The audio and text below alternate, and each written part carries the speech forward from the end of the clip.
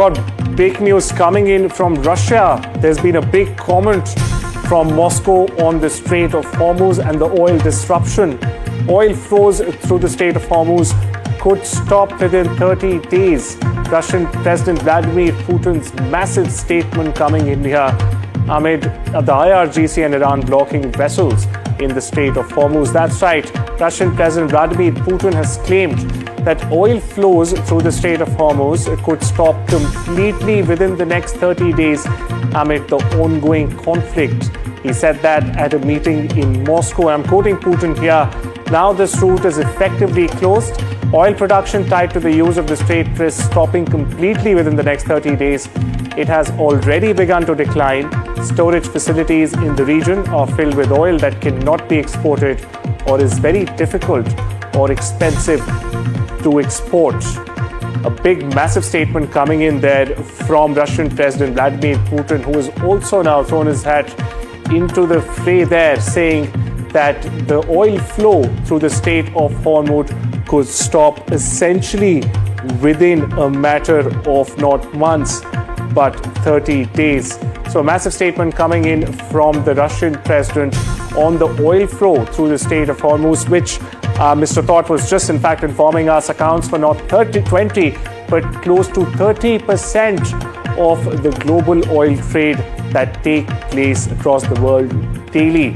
As a fallout of the blockade of the Strait of Hormuz by Iran, we are already seeing international oil prices and even gas prices jump at unprecedented levels, with some prices being the highest they have in 4 years. That's right after the beginning of the Ukraine war. So unprecedented scenes, not only in terms of geopolitics and strategy, but also in terms of international economy and the volatility in the markets that we are witnessing. For our viewers just joining in, there's a big comment coming in from Russia on the oil blockade that exists in the Strait of Hormuz. In the latest, Russian President Vladimir Putin has in fact said that oil flows through the Strait of Hormuz could stop within the next 30 days. Meanwhile, my colleague Vishal Vivek joins us for more on this. Vishal, a massive statement, in fact, coming in there from the Russian president, right as international prices are spiking at an unprecedented rate. If this comes to pass, what could possibly happen?